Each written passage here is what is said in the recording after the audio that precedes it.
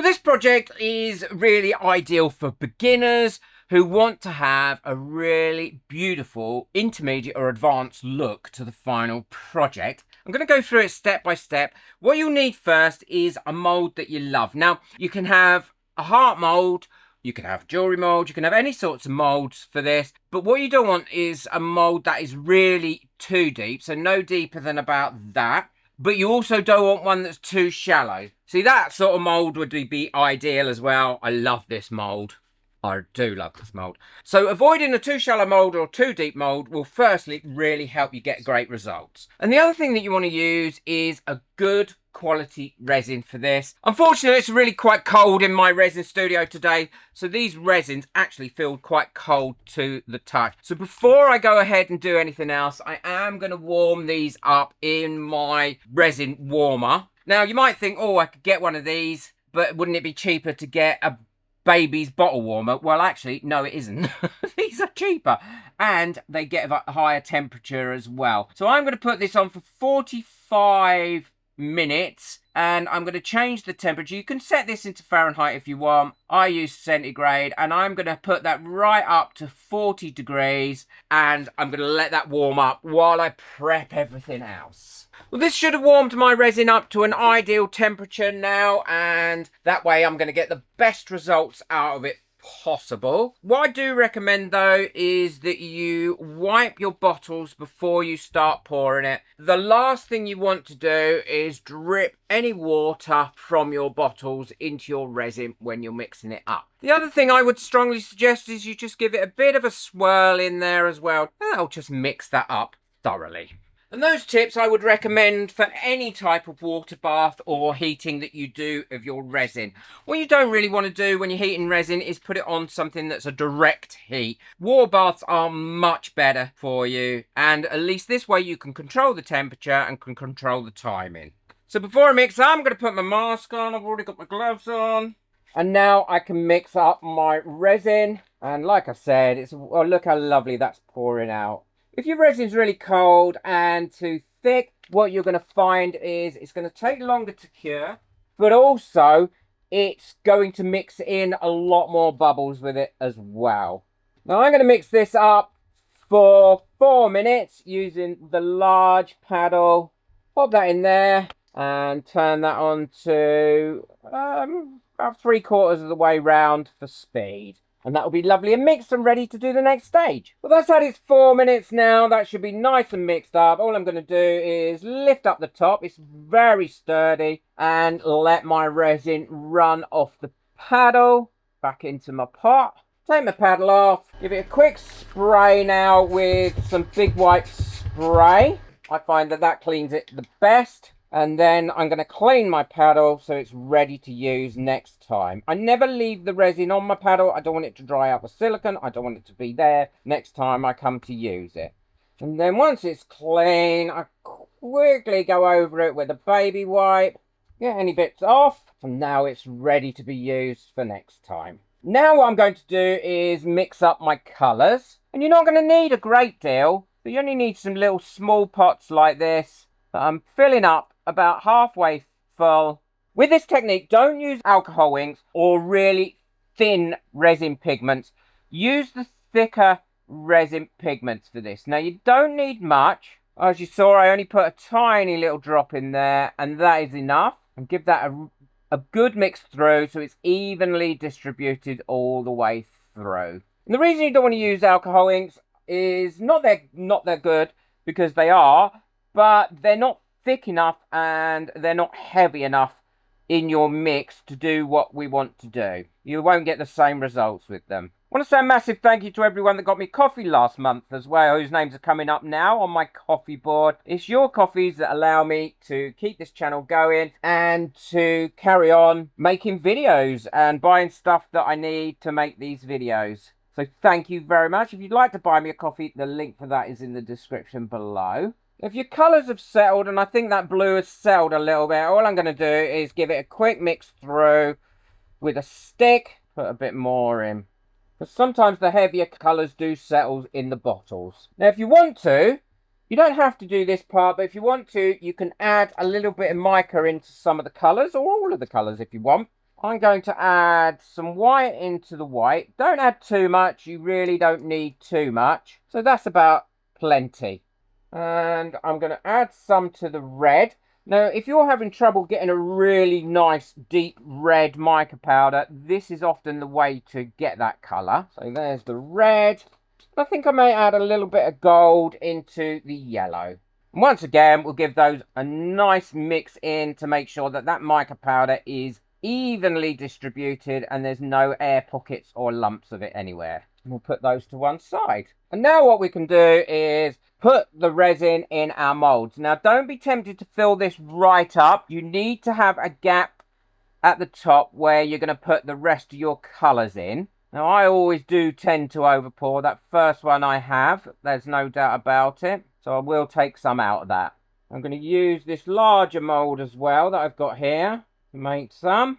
And this is why you can't use too shallow a moulds for it, because you can't get enough resin in to start with to then go ahead and do this part. So if you've overfilled like I have, just take a pipette like this, pop it in the middle and take some resin out. So now we've got that all in there and at the right level. What I would suggest you do is wait about 10 minutes before doing the next stage. It allows the resin to settle, slightly thicken up, but also it'll help to disperse any bubbles as well. But these have had about 10 minutes now. What I'm going to do is quickly go over them with a long neck lighter and burn any bubbles off. The same for in me little pots as well. I've got colour missing. Oh, there it is, look. And now what I'm going to do is, just over a few of them, I'm going to sprinkle a little bit of this microfine glitter. If you don't have any of this, you don't have to do this stage. I like it on some. It makes it a little bit sparkly. So all I'm going to do is go over the tops of these like this. Sprinkle some of this glitter over this top. Not much, just a tiny bit. I'll do that square as well. And that teardrop one. And now we can start adding our colours. If you want, you can use a pipette for this. I'm not using a pipette. I'm using a stick. Just a normal popsicle stick like this. And all I'm doing is pulling up a bit of the colour like this and placing it where I want it. And then if you want to, you can put another colour either on the top of that, like so, or you can put it beside it. And you just build up your colours like this, allowing it to flow into your resin and let it do its own thing at this stage. This is why you need to have a gap at the top of your moulds to allow you to fill them up, because you don't want them to overflow. And it's really up to you, the colours that you want to use in each one of them as well. You don't have to use the same colours as I'm using here. And I've put quite a bit in there because I want them to move around and go up to each other. I do like to add a black in when I'm using lighter colours, because that way you get a nice contrast and it helps show up the other colours. So I'm going to go ahead, I'm going to finish off adding some colours. Some I'm just going to do with one colour or two colours, and others I'm going to do multicoloured like that. I've put all the resin, coloured resin in these. Some of them, as you can see, I've not done dots. I've done some swirls in, just for a little bit different. Now what I need for this to do is, as you can see with these ones, it's been in there long enough now for that to sink down almost to the bottom. And you can either leave them like this, or you can give them a bit of a twisting. So that one I'm going to leave like that. I quite like that one like that. This one I'm going to give it a bit of a move around through and wipe my stick. And the same for this black and white one. And then I'll make my decision on which ones I'm going to leave and which ones I'm going to go through and blend in, or put a bit of pattern in them. Just play around with them and do different patterning in them. And it gives you a feel of what's going on here and how to move the resin around. So what I'm going to do now is leave them for about another 10 minutes. And then I'm going to go over them with a long neck lighter and burn any bubbles off, to make sure we've got no bubbles on the surface, because where we've done the stirring, it may have added some bubbles into it. So they've had another 10 minutes, and all I'm going to do is go over these with a long neck lighter like this. And if you're a beginner, never use a torch, chef's torch or anything like that, or alcohol. Check out my resin hacks video that I released a few weeks ago, and that will tell you why you shouldn't use alcohol on your molds, and why long neck lighter, I feel, is without a doubt the best method. Doesn't damage your mold, doesn't burn the resin, but it does get rid of the bubbles. There we go. Now, if you've got any clear resin left over, and you've got one like this one here that is a bit underfilled, what you can do is go in there now with the thicker resin and pop some over the top and fill your mold up even more. I think that's the only one that I had that was underfilled. And that again will give you a slightly different result when it cures. So I want to put these now in my curing box by Resiners. But unfortunately, I can't put two things in it at the same time because there isn't the room. However, Resiners have now brought out a new thing for your curing machine, which does allow you to not only cure bigger things and much taller things, but also allows you to cure more in here at once. And it's this silicone insert. Now, I have spoken to people who have already got this, who have said they are having problems with it. And that's because, firstly, they're trying to put it with the corrugated piece on the inside. It shouldn't. It should always be on the outside. And this lip here isn't designed to go on this ridge. It's designed to go on the top. So as long as you've got it round the right way, pop it on your tray like this. And it can work either side, either deeper tray or shallower tray. And make sure that that is all the way around and on there nice and neatly like that. Now, I want to not only put these in, but I'm currently curing up some resin-crete projects that I'd like to put in there to speed those up. So all I've done is I've made myself a little tray with some perspex, a bit of 5-minute epoxy, drilled some holes in it, and that tray will sit in there, and that gives me even more space. I don't know why they didn't make a tray as well, but there we go. So the first piece I'm going to put in is there. And now I'm going to put my little tray over the top of that like that. Put my next bit in, which is there. Making sure I've still got this all in the right place. And now I can pop my resin-crete items either on the top there or there, so that they can be in there for the hour and a half or 2 hours that I'm going to put them on. Now, when you're going to put this back on, I mean, this is going to make such a massive difference. What I would suggest you do is you put your lip on there like that, into your lip, and then just give it a flick round to ensure that your top lid is sitting in your lip area there. Really easy to do. There we go. Couldn't be done better. So easy to do. That's all nice and sealed in there now. And I've got double the, double the height now. With a little tray, I can cure up so much more. It's going to make life so much better. Turn it on. I'm going to do it for 2 hours, and I'm going to change the temperature. I've got mine set in centigrade. You can set it in Fahrenheit or centigrade, whatever you want. Set it in. And now I'm going to turn that up, right up to the highest temperature, because that's what I want these to cure on. And I'll let them cure for 2 hours, and then they should completely be ready. Well, these are all cured now. Didn't take long to cure in the curing machine. So let's take a look at these.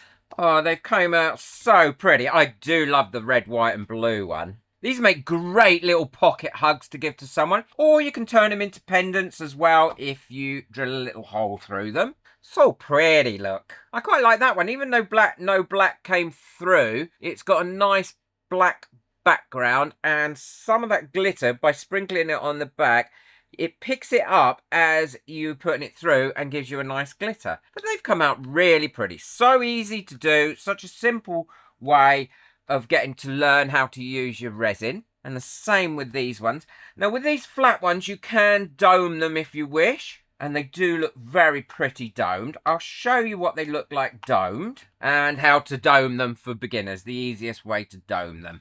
So let's get these flat ones all sorted out so we can quickly dome them. And I use a high viscosity UV resin when I'm doming, 99.9% of the time. It's much easier to use, and also it's quicker, which saves you a lot of time. But on top of that, because you're curing it up so much quicker, it doesn't give it a chance to run down the sides as much. So all I do is go around like this, around the edge, put a little ring around the edge of the resin, and then fill it in. Go over it with a long neck lighter in case you've got any bubbles in it. That will pop any bubbles that are there. If you've got any bits that run like I have here, just get you something silicone and bring that back into the middle and then cure it up. So I've finished doming those now and they look amazing. I love it. I love the difference of looking when they're domed. Look at that, it's beautiful dome on there. And on there, it magnifies, it gives them a really high gloss, and it also pushes them back a little bit. I didn't dome that one, so I can show you the difference. Look, you can really see the difference. Well, for any of you beginners out there, this is a great place to start to learn about colouring and getting different effects and how your resin reacts to different things. It's well worth giving a try, and it gives some beautiful finishes as well. And by using the G3 curing box with the extender on, you can get so much more in it and have everything ready and done within a couple of hours. Hope you've enjoyed that. I've linked everything in the description below, so if you want to get hold of anything you can, or see what I bought, then you can. Be sure to check out the video that I've got coming up next. It's another beginner's video that gives you beautiful finished results, so make sure you check that one out next. Boot that like button, hit that subscribe button, but most of all, enjoy your resin. Take care. Bye.